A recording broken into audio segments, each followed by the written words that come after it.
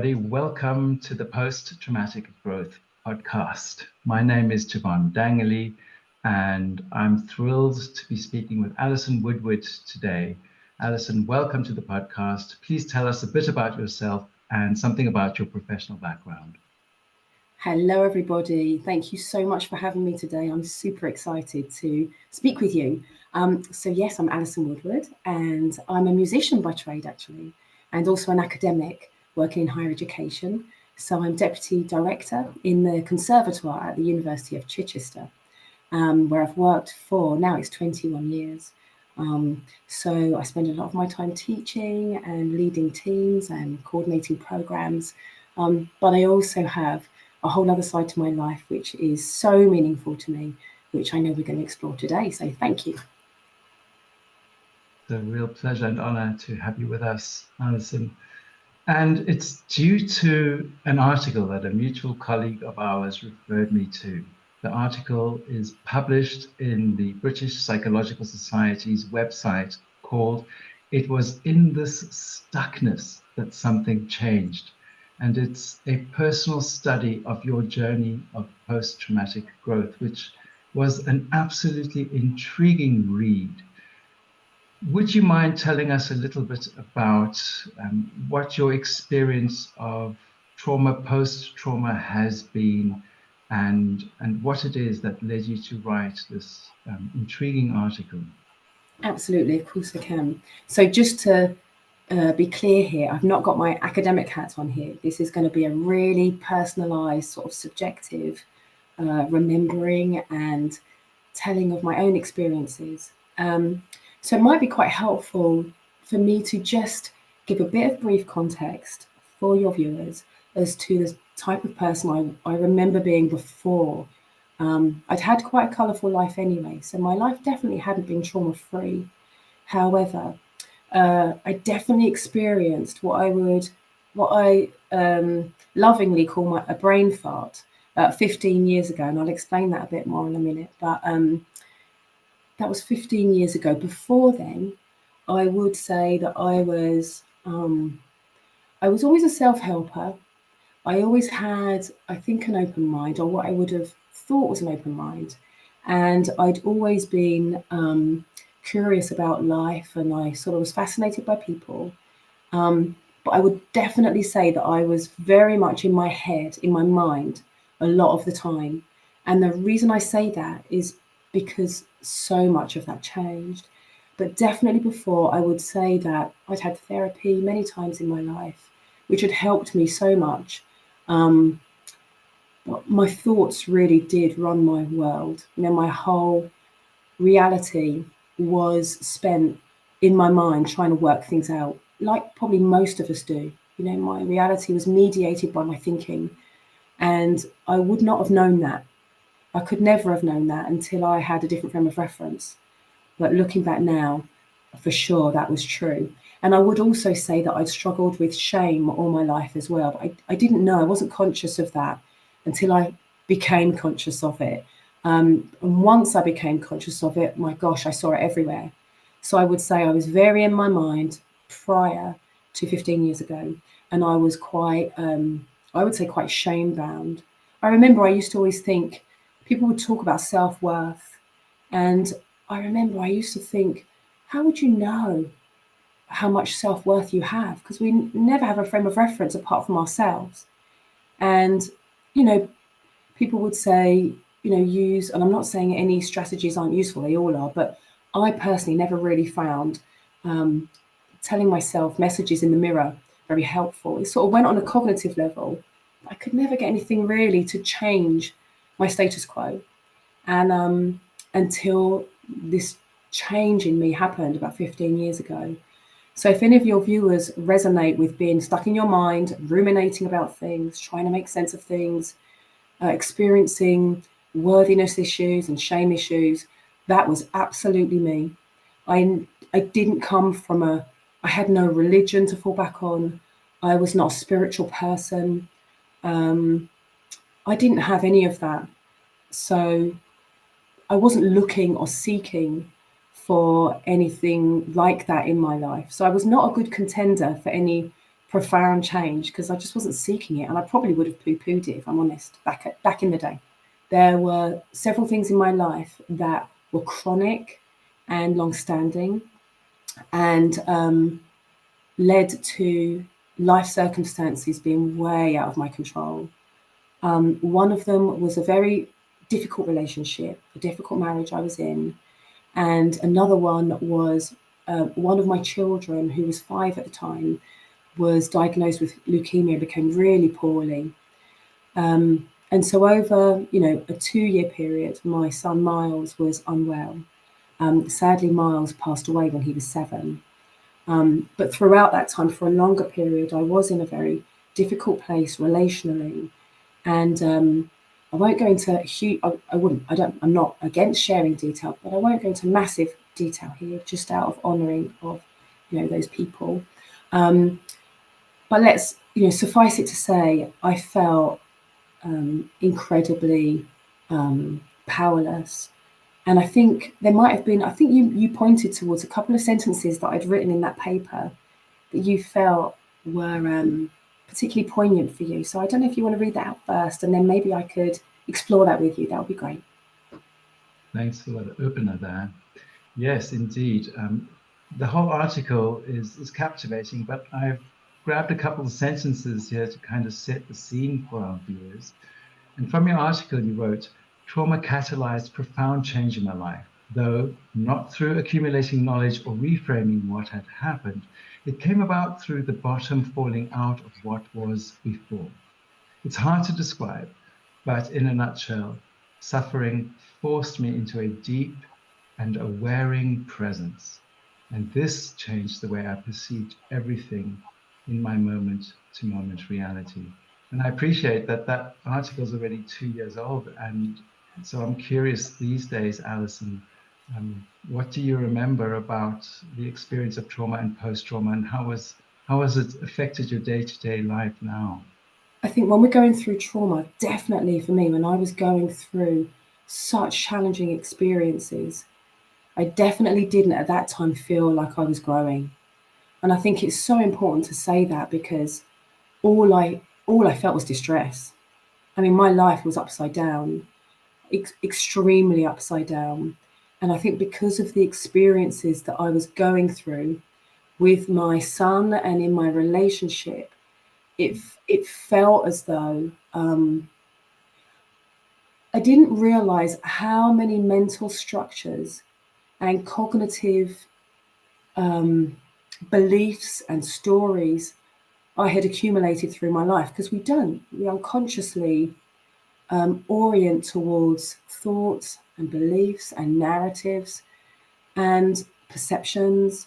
And all I know is everything I experienced for such a long time made all of those structures untrue. I struggled through a really long period, and it was dark and disorienting and devastating. And so even though I know at this point I can speak from a different frame of reference, I want to be really clear for anybody who resonates with going through so much distress that you don't know where to put yourself.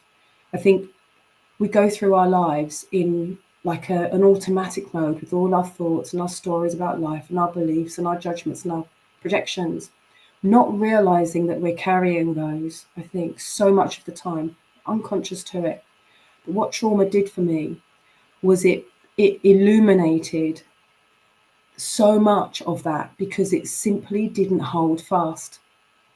In the experiences I was having, the powerlessness of not being able to make my son well, the powerlessness of not being able to be seen and heard, being treated in ways that that went against everything I believed about humans and humankind. And in short, I think all of my thinking, definitely my sense of self, got so pummeled by life and my experiences that all I felt at the time was absolute disorientation. It's like I had no mental places to orient myself to anymore. There was nothing that was going on that I could, that anything held fast of anything I believed prior. So, you know, we go through in life thinking things are going to be a certain way. And all I kept experiencing was that every time I felt something was going to be a certain way, it was not. I was not peaceful at the time. I struggled like any of us would, and cried out and tried again and argued with reality so much. And so I think it's really important to honour the fact that we all experience trauma in a much more manual way than our automatic life normally goes. Like trauma for me brought a massive halt to what my automatic experience of life was. I didn't realise I was half asleep at the wheel. But because trauma, what was happening to me was so against what I would have thought would happen, it was like I had to shift into manual gear. And everything felt so unfamiliar. And unfamiliar is painful. I really feel that trauma, when it's significant anyway, really, when it's really significant, it's an existential happening. Because it's between you and existence. No one can help you there. I had no defense. You know, no one could. There wasn't anybody or anything that could take away the beating I was getting. I felt I was having with life. And so for me, trauma can absolutely be an existential wounding. And so it's only I lived reclaiming my life slowly, bit by bit, from devastation, from like a hollowed out landscape that it was like, it felt like death. And actually, you know, I have no shame in saying that there were times where I wanted life to stop. I have no shame in saying that. So again, you know, for your viewers, that was absolutely part of my experience for a long time, because I couldn't cope, yet I had to cope. So it's only in the years since that I have retrospectively made sense of what happened to me. So because the disorientation was so great, I mean, looking back, you would say it was a mental breakdown, I'm sure. I did go to work. I did manage to put tea on for the children, but I was hollowed out. I definitely was in massive disarray. However, I'm going to try and relate to you some perceptions that I remember happening, although the timeline of these is quite difficult because there was so much distress. I do remember feeling like I was in free fall. I remember saying to close friends, I just feel like I'm in free fall, because there was nothing to hold on to mentally anymore. I felt, do you know what I mean when I speak about, we used to have when we were kids or something, like a wooden bench, and there'd be like a little cylinders, and you could bash the cylinders in with a hammer. Do you know what I'm saying? Okay. Absolutely. Yeah. It's like this was reality, the bench, and the cylinder represented me, or my image of myself, who I thought I was, my ego, I guess, who I thought I was. And life, in all these different ways, was just battering me down. And I had no way of stopping it, because everywhere I went, I couldn't cope with what was happening.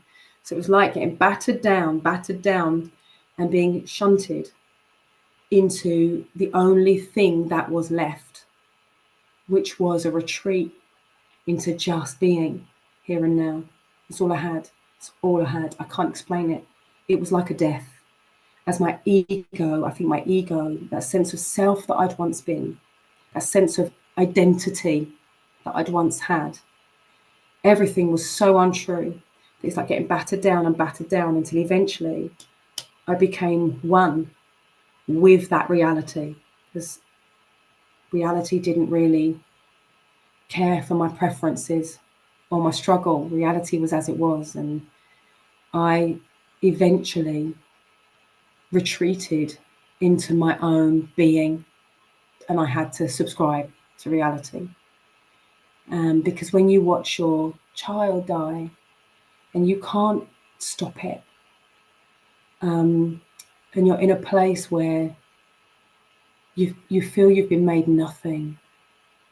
And what I mean by that is there's no control at all. Fundamentally, there was no control at all. Looking back, I retreated into my being. I didn't know that at the time. In all of this struggle and the resistance and the emotional turmoil, I did not know that. However, I do remember being in free fall. I remember perceiving that my defenses were breaking down. I guess now I look back and think maybe that was my ego breaking down. My defenses are breaking down. I remember saying that things were coming straight in, and things that I never thought I would relay about my inner world were coming straight out. It was like the boundary between my inner and my outer world disintegrated because I simply couldn't hold it up anymore. And I do remember that. And I do also remember that I came into presence with myself. But I wouldn't have told that story before. I just would have said I suffered. And then eventually I experienced this kind of life. It felt like I cracked it open. I had no longer any resistance. I met life. And there was the intimacy with life, with reality, was so immersive, so all-encompassing, that there was complete surrender there.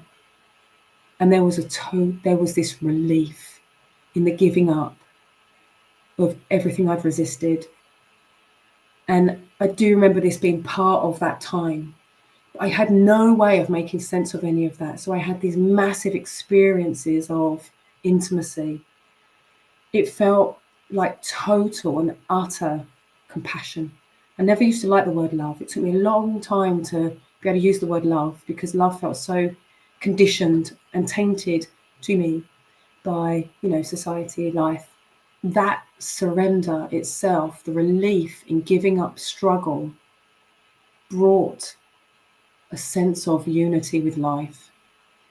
I just didn't have words for it. And I lived like that, without words, without any frames of reference, without anything, for about a decade, because I had no spiritual framework. I had no faith or religion. I had none of it. To me, this just felt like an intimate oneness with existence. It felt like I'd met existence, and there was not even a cigarette paper between us. And that's all I could have said. It was only 5 years ago that I started a sense-making journey myself by beginning a PhD. And so it's only in the last 5 years that I have begun to find a relative frame of reference, which felt like such a fundamental, profound change in the way I perceived reality. And it's not that there wasn't pain anymore, or the conditions of trauma even, but what became was a conscious experiencing of that, a beingness. It became my primary experience, rather than being in my mind like it had always been, like I said at the beginning. My primary experience was resounding with my being. I was just here and now, breathing in, breathing out. And perhaps in a moment I'll read you a little summary of what I tried to say, because I came into my PhD, all I knew was that my ego had got battered, and that I felt like I'd become one with the ground. I felt like I'd become so humble. I'd become so full of humility that it was blissful, just so surrendered, that it felt like bliss even when there was pain. And sometimes the pain was great, but the oneness with it, the lack of separation, the lack of resistance, became my refuge. And so even though it took me quite a while. I researched ego development and humility actually for a couple of years before I bumped into the idea of post-traumatic growth and began to interpret my experiences through that lens. But really what I experienced, and I think it's important for me to relay this, is that what I experienced felt prior to subscription to any model, any conceptualization, any frame of reference. And I am witness to being able to experience profound change with having no way of cognitively making sense of it. For me, sense making was a much delayed process.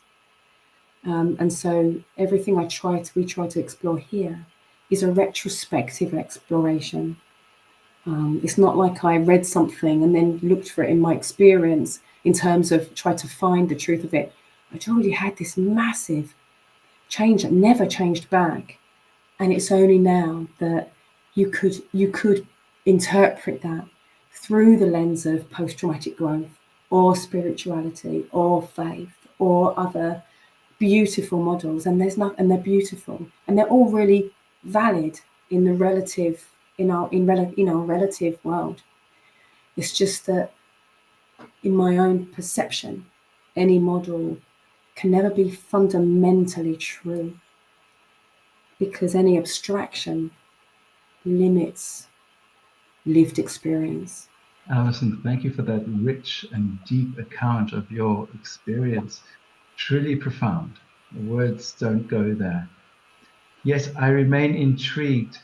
You speak of being cracked open, broken down, hammered into the ground, and others that might relate to these metaphors of being flattened or broken in this way might go in a completely different direction, and may seek refuge through medication, and might even land up with a diagnosis that sends them in a particular direction. However, your direction is different. Despite being so broken and flattened, you arrived at a surrendering, what I perceive as an opening, a letting be, which led into a different direction that seems growth oriented. I look forward to hearing more from you, but I'm curious about this kind of tipping point, as I perceive it, where some people could go in this direction, and that could lead them into a very horrible, deep, dark direction, versus the one in which you found that seems, as you put it, illuminating. Have you identified any factors that differentiate this way or that way, which you went and which others might turn? I recognized in myself that I must have come to a certain presence of mind where I recognized that whenever I went up into my head, my mind, to look to my thoughts to describe how I was doing or what was happening or how I was, it wasn't truthful. And I had probably done that all my life and not realized I wasn't being truthful, because I thought I was. I was looking to my thoughts to define my actual moment-to-moment subjective reality. But what happened instead was I started to come into direct acquaintance, into direct self-perception instead. I started to dip down, and it started to come through my defenses, I guess, as my defenses started to dissolve. The authentic truth of me began to come up into my reality. I was not okay. Everything I believed about myself was not true. I lived in my shadow, I saw things about myself that I would never have wanted to see before. Because when a human is under pressure and their back is against the wall, we see things in ourselves, or we behave in ways that are not societally conditioned, So I did not feel my conditioned self.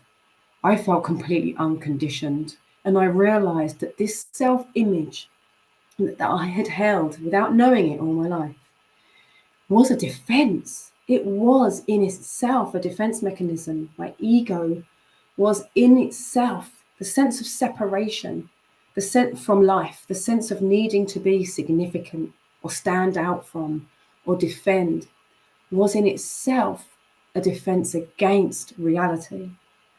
And as that broke down, because the distress was too big, I saw what was really here. And my goodness, I found the potential for everything in me. But what happened was, in seeing that and being forced to face that and confront it, I started to see myself. And therapy definitely helped me. I did a lot of therapy. I saw every step I'd ever walked. I saw it. I saw who I'd been as a child, what my family life had been like, how all of my steps I'd walked in my life had led to the conditions I experienced all along.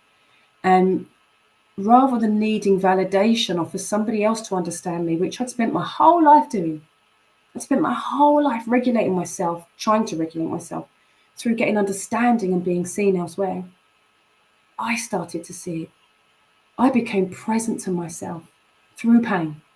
Through pain, it broke through. I became present to my own condition. I saw myself so deeply, I don't perceive there was choice. I never sat at one point and went, do you know what? I'm going to have to give in to this. That is not what happened. My goodness, I fought like an animal. I felt like an animal.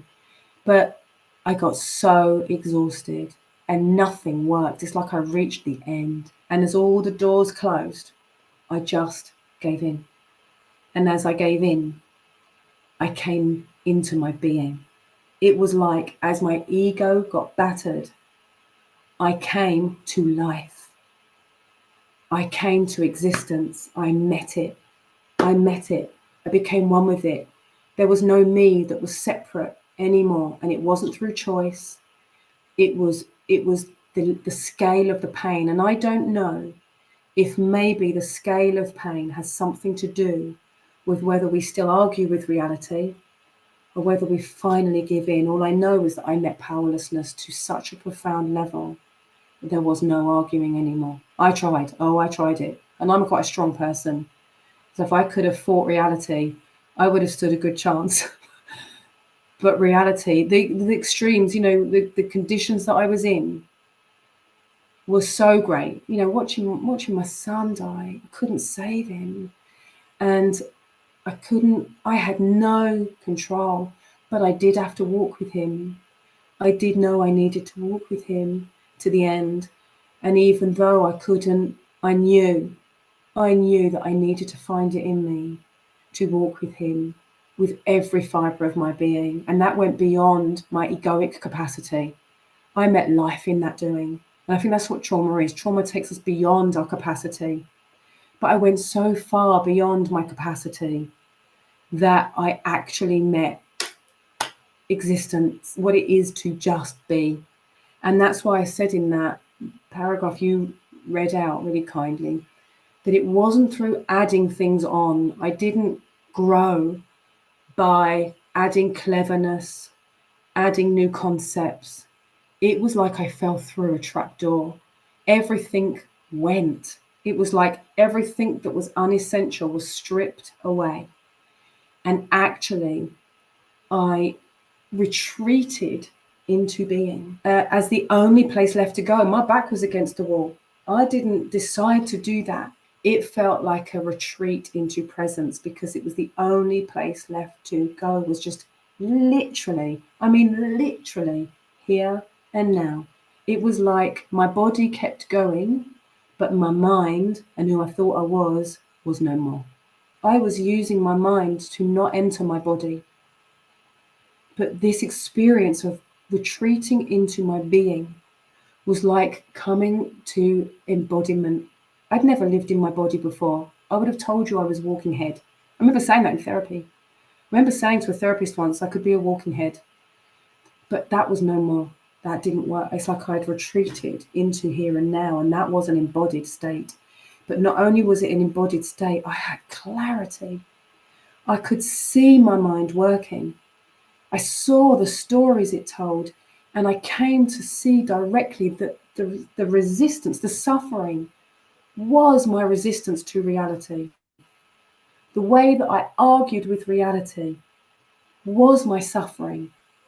And it's important here to differentiate what I mean between pain and suffering. Because when you have trauma, for everybody, we all have trauma in some ways, but I know your viewers will resonate with this.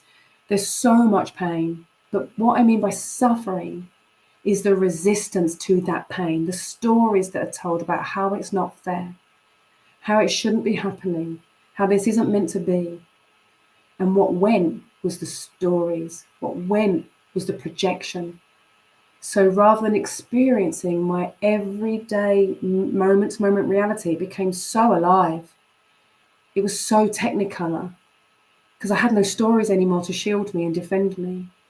And so rather than experience each moment through stories I didn't realize I was doing before, I experienced it, still do, directly and immediately. And that can include the experience of pain, great pain sometimes, but also great joy and gratitude and no entitlement. So when my son died, I absolutely experienced shock, disbelief, trauma, great pain. Really, what went was the me. What went was this personal me. Life became very transpersonal because I became this moment. When you're battered into this moment and you're present, that's what happened. The presence, consciously being, consciously just being, became my primary experience and still is to this day. And so there's not the stories of self-consciousness. There's not the mind. My mind isn't abstracting all the time like it used to about this moment. I'm just here with you in this moment. And so there's a wholehearted giving to this moment. And so in presence, there's so many qualities. We talk about mindfulness and presence like it's an idea, but my gosh, I can tell you that in presence, it's profound. There's total freedom from needing to be anything. Like my bum hit the floor and I never got up. And I know that people talk about resilience a lot, but for me anyway, resilience came through absolute vulnerability, absolute truthfulness with subjective lived reality, because that's what comes through. I found peace in the oneness with this moment, however it looks, even when there's massive pain. Because there's such compassion for this human. And I really feel that's what transcendence is. We don't transcend by getting rid of or dishonoring or suppressing. I really feel we transcend by subsuming, by integrating, by experiencing, but seeing, but being conscious of, by becoming so conscious of what we are experiencing. Life became very transpersonal to me.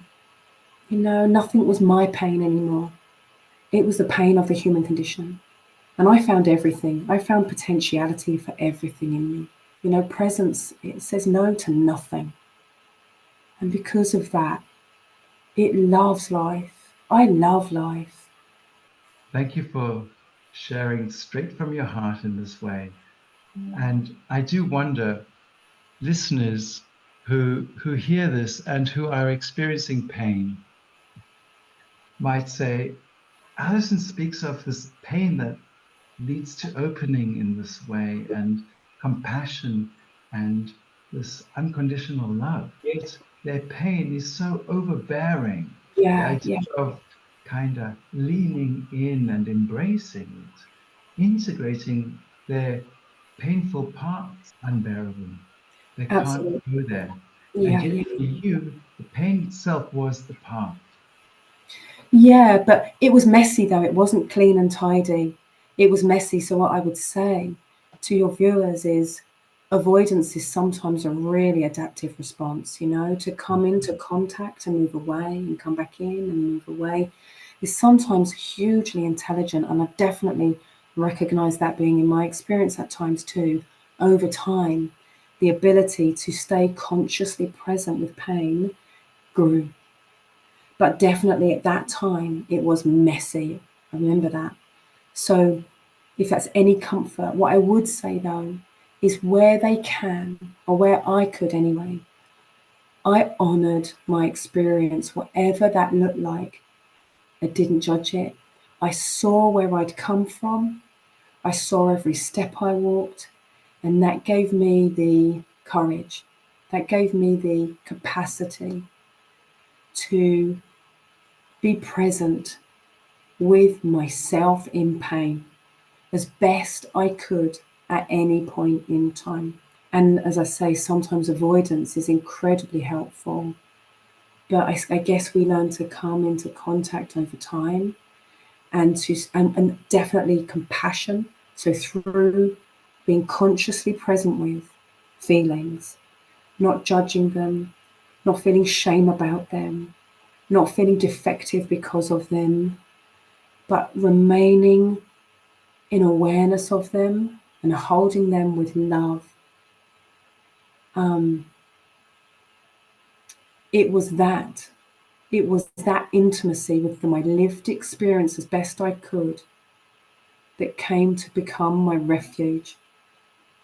And so I definitely resonate with viewers that would say that, because that was definitely part of my experience. And please remember that this is time later, you know, and I do think sometimes, even though presence is kind of, there's no time, I did struggle. And in fact, I'll read you the paragraph if you'd like me to in a minute. I did struggle with time. I lost a sense of time. I lost a sense of identity, and I lost a sense of time and space, because I was so present. I am so present that I recognize often the nature of things. Yet ask me to remember someone's birthday or my own birthday, and I have to really think. Yeah. Are there any mediators or resources that you have found to be useful, even if they weren't mediators or resources that you made use of, but you've discovered retrospectively those are helpful in this instance? In my experience, making sense of things in the last 5 years has been incredibly useful. Although I recognize that what happened was as it was, it didn't need making sense of, but making sense of it's been incredibly useful. But I would like to say that the loss of time and the loss of identity was actually a unifying experience, not a fragmenting one.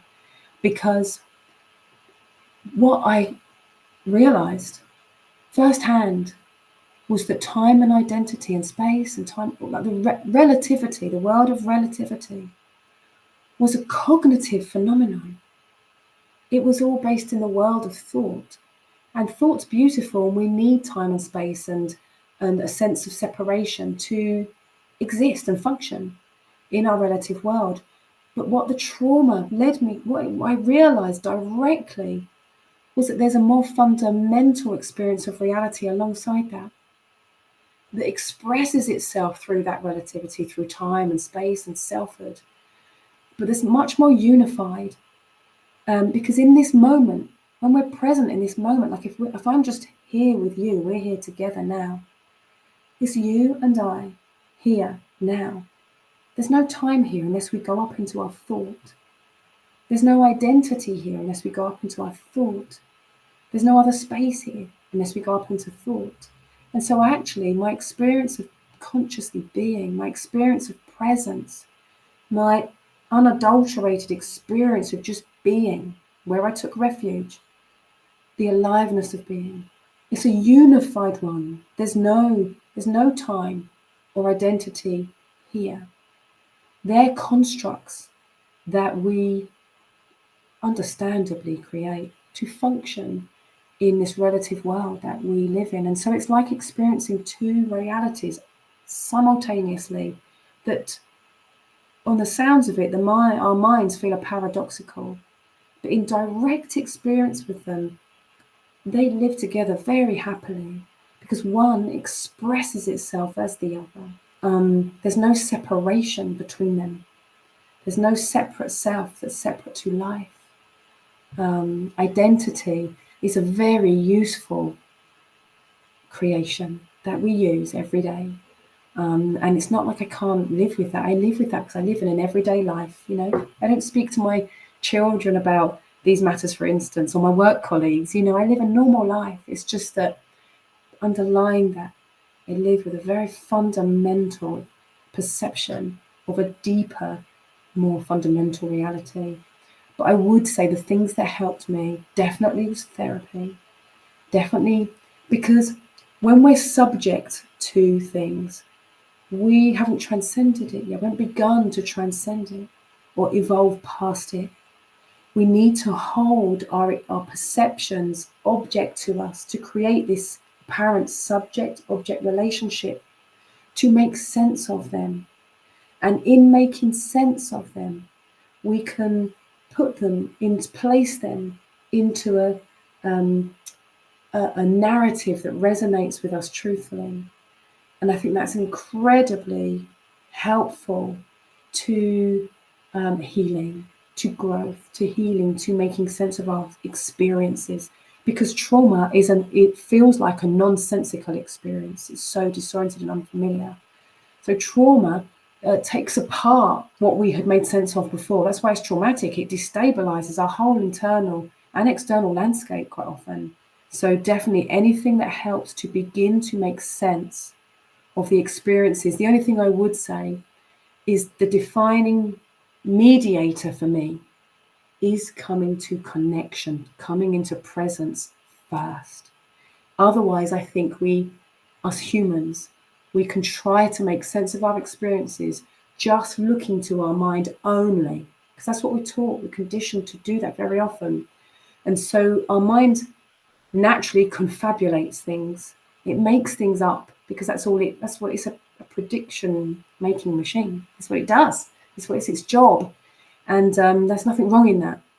But if it's not mediated through our authentic subjective experience first, then we're not actually making that subject-object relationship with what's been truthfully our lived experience. So I do think that mediating what we externalize through presence, through becoming directly acquainted with the truth of us in any moment.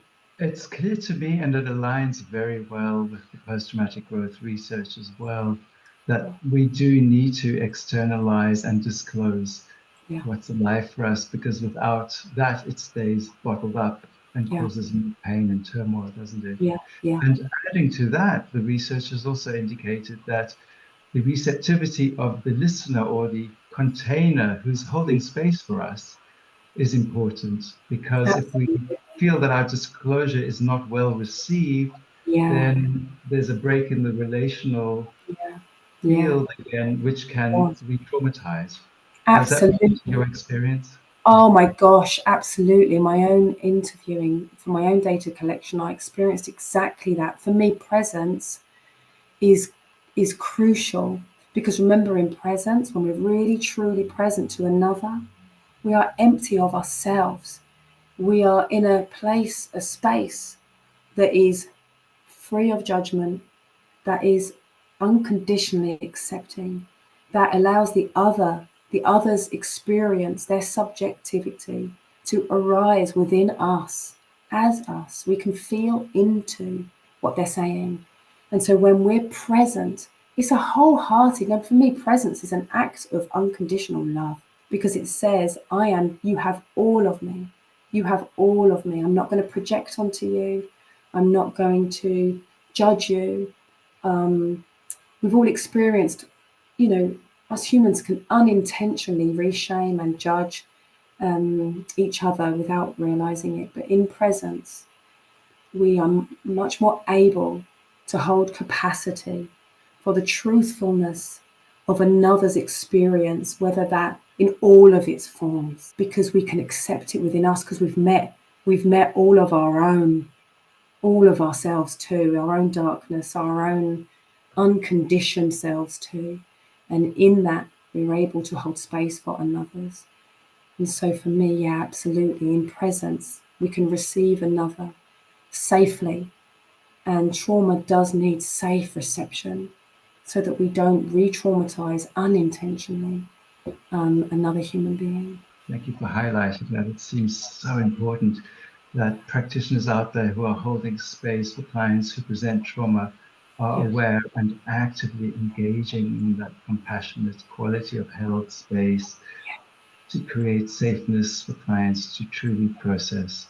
Hopefully in ways that lead in the type of direction that your post-trauma experience has gone in. This is how I would have voiced what had happened to me before I had any frame of reference. Okay. All I knew was that I had forever changed. I had symptoms that I couldn't explain.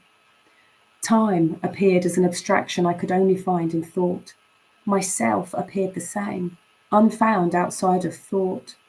So much pain, so much loss, including the loss of me.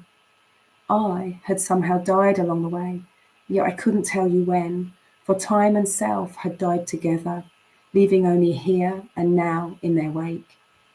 Life and I had met, unblinking, nose to nose. We'd met so intimately, so brutally, there was no separation between us. Defenseless and deferent, I had dissolved and merged with the ground. In the light and the shadow of recognition, I came to know who I was. I was not the self that once was. I had become death and also life. The ground did not divide or judge. It was edgeless, unbound. And all that was left was surrender and the stillness. The stillness in my head was resonant and deafening. It felt prior to everything, subscribed to nothing. I breathed it in here and I breathed it out now. I became one with joy and despair, grief and bliss. Plagued by mental noise for so long, I knew none now, and I could no longer find the I who knew. For in the depths of here and now, there was no self separate to life, no boundaries, no inside nor outside. I felt translucent to life, and in its gaze, I was humbled, grateful, whole, and indescribably free. And that's all I knew. And that's some time ago, Alison. Yeah, I'm What's really, alive for you now? What's yeah, alive for you today as a yeah. consequence of the trauma and the way in which you have processed it? It's just led me to a life of feeling so humbled, so alive, so knowing of life, but not through my mind, through direct perception. You know, what I've just read you really just describes presence, just describes a deep state of presence. It's not clever, it's not knowingful in its concepts. It's much bigger than that, and it's much more of the ground than that. And so I still live in a it's such a like it feels like such an innocent state of unknowingness. It's unknowing in terms of the mind, but it's knowingful in terms of what it is to be. So it's a constant state of non non-conceptualizing most of the time. It's just a state of being here in this moment. It's very simple, like it's so simple and so intimate. It's almost hiding in plain sight for all of us. It's what's here before we begin to think about what's here. Yeah, really. I mean, genuinely. And even when I do experience resistance, I'm experiencing what it's like to experience resistance. I'm just more conscious of it, just much more conscious. It's evident that trauma is an experience that happens within us. It's subjective. We're not talking about an event or situation that No, somebody sure. is currently stuck in, but we're talking about how they internalize and give meaning to Yes, that experience. yes, And then everything that yes, you've encountered is in regard to that internalized subjective meaning making process. And you've enlightened us with your journey toward awakening through how you've dealt with that. Now, others will be less advanced or less evolved, if I may, and might still be struggling with their own internal response yeah, to difficult life experiences. yeah. So, as a take home message, I wonder if you have any guidance or advice for people who aren't quite there yet. They're still dealing with that inner turmoil and Yeah, pain. They've heard you, maybe something wants to awaken, but they just need to maybe take an action or seek a certain type of guidance. I'm not too sure. What might be your advice to somebody who's struggling still? yeah. I would say always, always approach ourselves with compassion. And I know that can be really hard. So I would say my My biggest thing would be to say, try to become more consciously present of what's going on inside. On that note, then, I thank you Thank you. wholeheartedly for sharing your experience and your wisdom that you've gained along the way with us today. This has been inspiring on many levels, and I'm sure many listeners and viewers are going to benefit from what you've shared with us for a long time to come. So thank you very much. It's been my utter pleasure. Genuinely, I've loved it. Thank you so much for giving me time. Thank you.